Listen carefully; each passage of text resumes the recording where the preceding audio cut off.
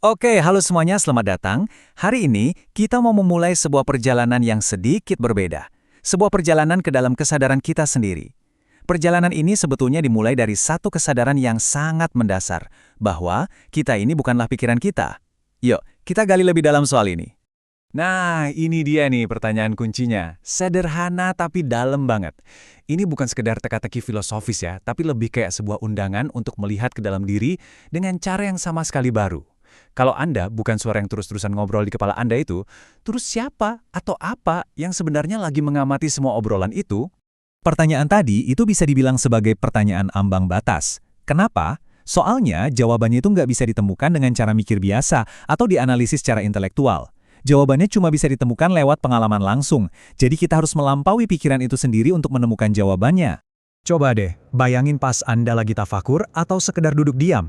Pikiran kan datang dan pergi ya, seliweran gitu aja. Pikiran soal kerjaan, soal masa lalu, soal besok mau ngapain, semuanya tuh berubah terus kan. Tapi, coba perhatikan. Ada sesuatu di sana yang tetap, yang nggak ikut berubah, yang cuma mengamati semua pikiran yang lewat itu. Itulah kesadaran yang mengetahui. Nah, kesadaran yang tetap dan selalu mengetahui inilah yang kita sebut sebagai saksi batin. Dia ini adalah inti dari pengalaman kita, sang pengamat yang hening di balik panggung pikiran kita yang super rame. Jadi gampangnya gini, saksi batin itu adalah fondasi dari semua pengalaman kita. Tanpa adanya kesadaran ini, kita bahkan nggak akan tahu kalau kita lagi mikir atau lagi ngerasain sesuatu. Dia itu ibarat layar bioskop, di mana seluruh film kehidupan kita, ya pikiran dan perasaan kita itu, diputar di atasnya. Oke, ini penting banget nih biar kita nggak salah paham. Kita perlu tahu apa itu saksi batin dan apa yang bukan. Dia itu bukan pikiran baru yang kita ciptakan, bukan juga imajinasi spiritual atau visualisasi. Dan yang paling penting, dia itu bukan hakim yang kerjaannya ngejudge pikiran kita. Oh ini baik, oh ini buruk. Bukan. Dia cuma kesadaran murni yang selalu ada, nggak berubah, yang hanya mengetahui. Terus, kalau dia selalu ada, kok kita jarang sadar ya? Nah, kutipan ini ngejelasinnya pas banget. Kesadaran kita itu, sehari-hari, seolah-olah terseret sama arus sungai pikiran dan emosi yang deras banget.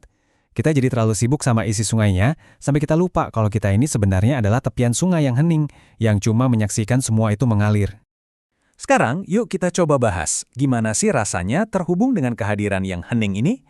Gimana prosesnya waktu kita mulai benar-benar melihat dari sudut pandang sang saksi? Prosesnya itu lembut dan alami banget. Biasanya, saat pikiran kita mulai sedikit tenang, entah dalam keheningan atau meditasi, kita mulai bisa merasakan ada sebuah kehadiran yang sangat halus.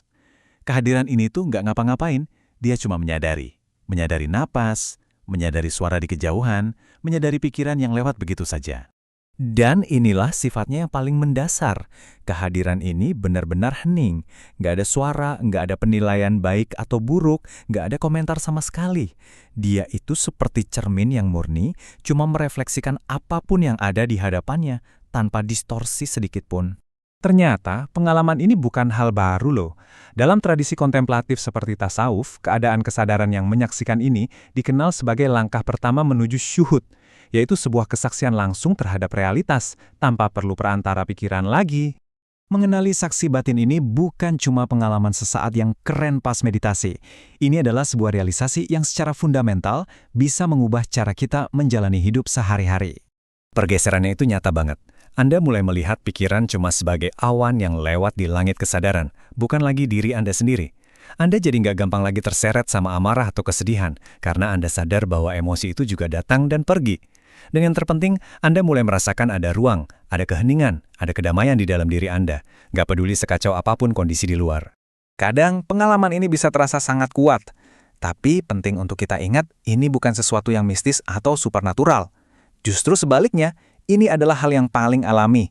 Ini adalah kesadaran kita yang kembali ke keadaan aslinya yang jernih, ibarat air danau yang tadinya keruh, terus lumpurnya pelan-pelan mengendap dan airnya jadi bening lagi. Tapi jangan salah, menyadari keberadaan saksi batin ini bukanlah akhir dari perjalanan. Justru sebaliknya, ini adalah sebuah gerbang, sebuah awal yang baru dan sangat-sangat penting. Semakin kita akrab dengan kehadiran ini, kita jadi menyadari sifatnya yang paling hakiki.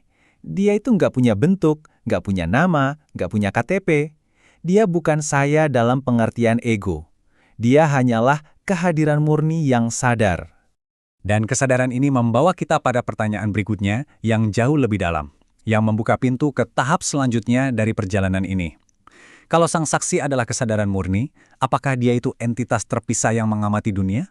Ataukah, dan coba renungkan ini, seluruh alam semesta, semua pengalaman, semua kehidupan sebenarnya muncul di dalam kesadaran itu sendiri? Nah, ini sebuah pertanyaan untuk kita renungkan sama-sama.